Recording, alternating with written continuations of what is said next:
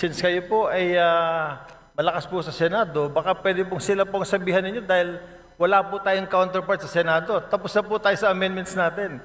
Matatagalan pa po tayo kasi dadaan pa po tayo ng eleksyon. Pag hinintay po natin na umabot kayo ng Senado, ay isang taon na naman po yun. Congratulations po at inamin nyo na talagang panalo na kayo sa Senado. I'm very happy that a colleague of ours will be in the Senate soon.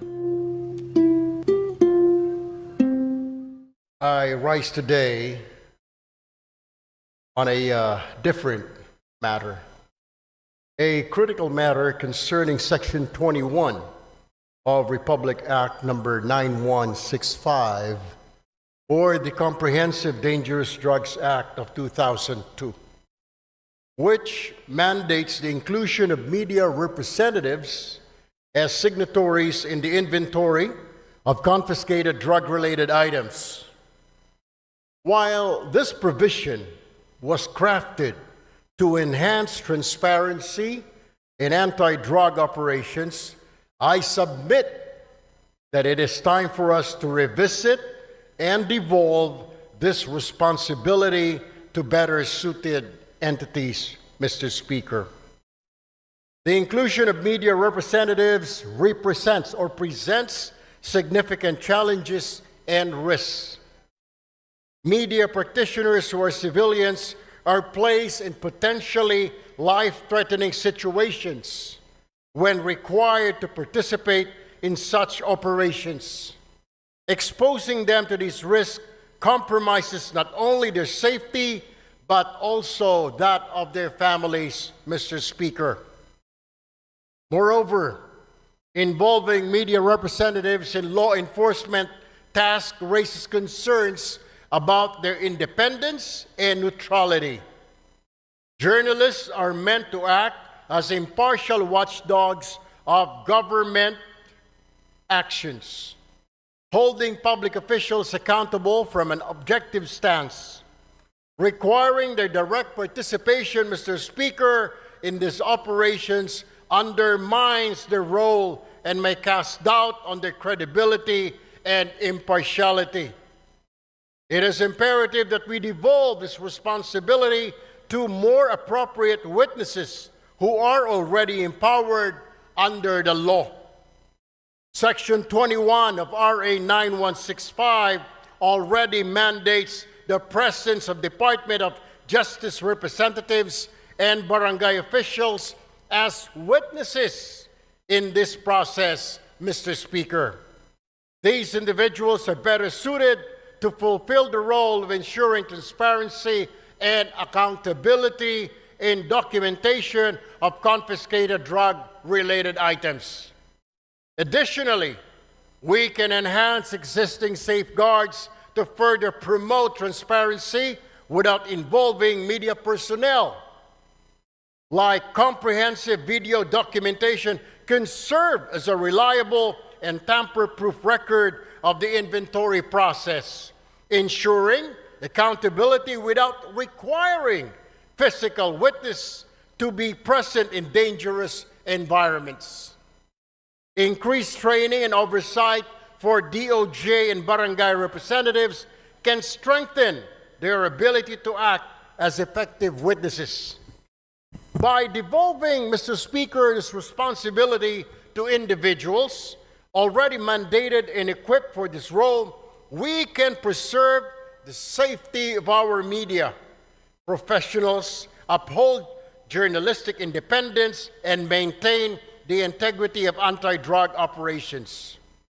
Mr. Speaker, I urge this esteemed chamber to consider an amendment to Section 21 of Republic Act 9165, replacing media representatives with more suitable alternatives while reinforcing mechanisms for accountability and transparency.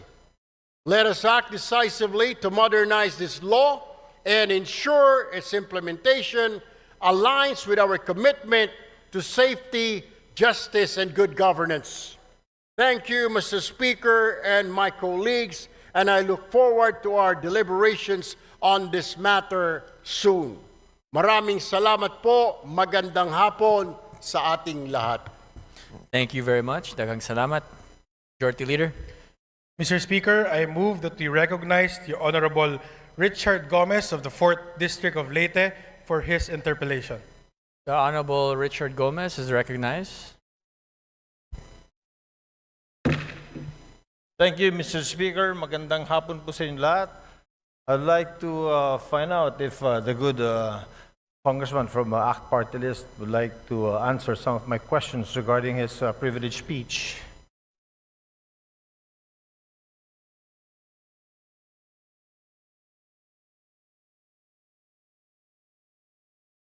Sure, Mr. Speaker and my colleague. Thank you, Mr. Speaker. I would like to find out from the good congressman if you are a member of the Anti-Drugs Committee.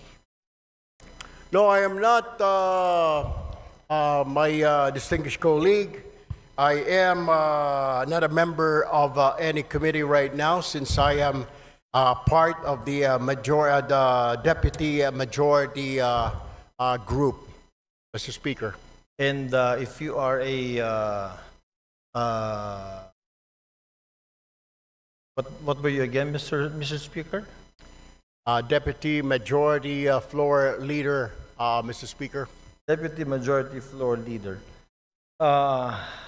I am very sure, Mr. Speaker, that you know very well that the Committee on Anti-Drugs is very active on RA 9165. I am aware, Mr. Speaker. Oh, you are aware, Mr. Speaker. Thank you. If you are aware, Mr. Speaker, then what was the purpose of the privileged speech? I don't know if my distinguished colleague was present when I was mentioning an amendment on Section 21 of RA 9165, particularly exempting the media from being signatories in drug-related operations, particularly on confiscated items, Mr. Speaker. All right. Thank you, Mr. Speaker. The reason why I wanted to ask the good gentleman is because, you know, RA 9165 was passed already in the last Congress. And during this Congress, it has also been amended. And in Section 21 of RA 9165, I don't know if the good gentleman is aware, the Deputy Majority Floor Leader is aware that Section 21 has been taken up. Can you repeat that, Mr. Speaker? Tagalogin ko po. Aware po ba tayo na yung Section 21 po, ito po ay tinitake up po dun sa amendments natin sa RA 9165 in the committee. Kaya nga po, Mr. Speaker, kailangan natin balikan at bilis-bilisan po ang problema po natin sa Kongreso. Kaya po tayo napupulaan ng mga kababayan natin. Napakarami natin mga batas na kailangang ayusin, subalit hindi po naaayos, kaya kailangan po natin bilis-bilisan. Kung ito po ay na-take up, sana po ay mabilisan pa para kaagad po ito ay ma-review at magawan po natin ng paraan dahil ito po ay kahilingan ng mga kasamahan po ng ating Fourth Estate, Mr. Speaker. Tama po. Napakaganda pong suggestion po niyan. Since kayo po ay malakas po sa Senado, baka pwede pong sila pong sabihan ninyo dahil wala po tayong counterpart sa Senado. Tapos na po tayo sa amendments natin. At yung pong privileged speech niyo kanina, pagtanggal po ng media, personalities, pag dumarating ang inventory time, pag mayroong buybacks, wala na po sa provision. Pagdating ho natin doon, Mr. Speaker, we will do that. But for now, we really have to look into this, maybe push on and convince our counterparts in the Senate to pass this law immediately. Matatagalan pa po tayo kasi dadaan pa po tayo ng eleksyon. Pag hinintay po natin na umabot kayo ng Senado, ay isang taon na naman po yun.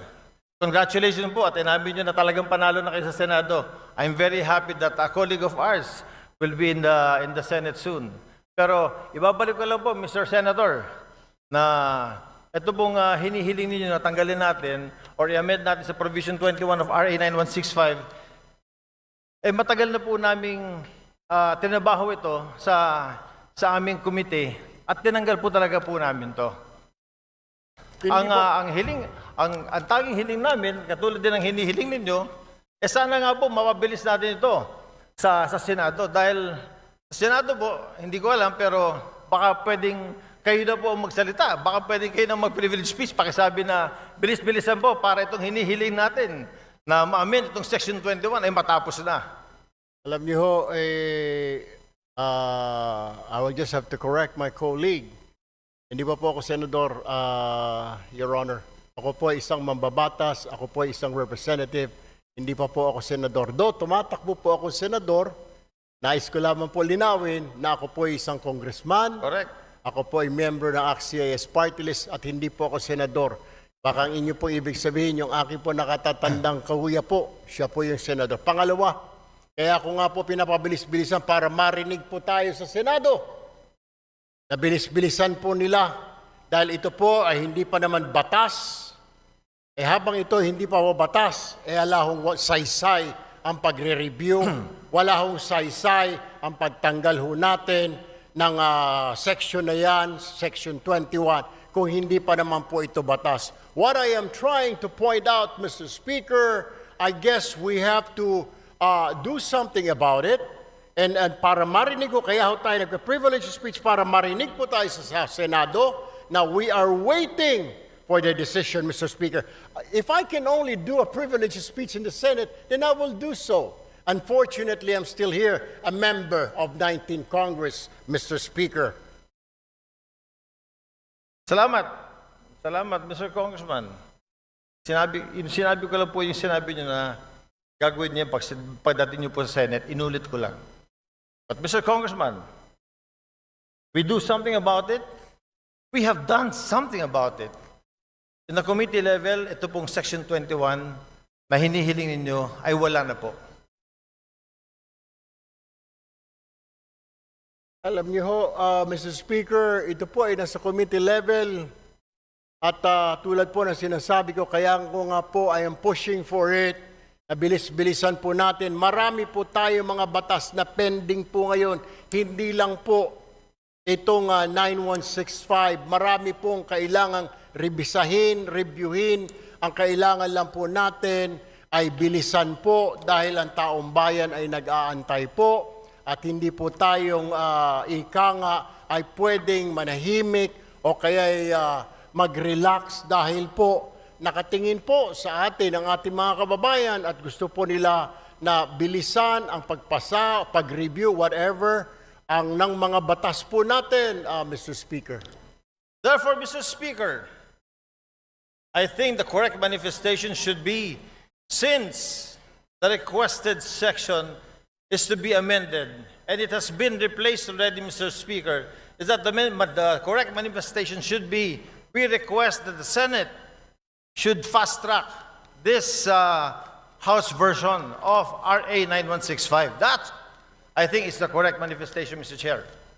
I will take that, Mr. Speaker, but what I am saying is that the reason why I stood up today to remind not only our members here, but also our counterpart in the Senate, because I am sure they're also reviewing what we're doing here and watching us to fast track.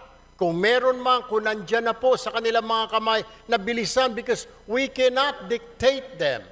We can only suggest, Mr. Speaker. We can only tell them and inform the public that we already did this. Tama po ang ating kasamahan na sinasabi niya pong ni-review na po yan, inalis na po yan, para malaman po ng taong bayan na wala na po yan, wala na sa kamay natin, yan po ay nasa kamay na ng Senado para bilis-bilisan po nila. And that is the purpose of my privileged speech this afternoon, Mr. Speaker, my dear colleague.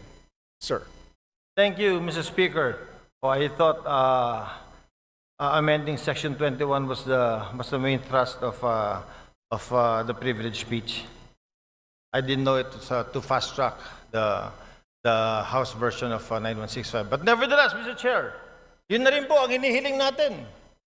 Since yung nire-request po ng colleague natin na tanggalin po sa Section 21, yung pagsama ng media kapag po nag-iimbentary sa mga bypass, sa mga nahuli na ay wala na po sa committee level.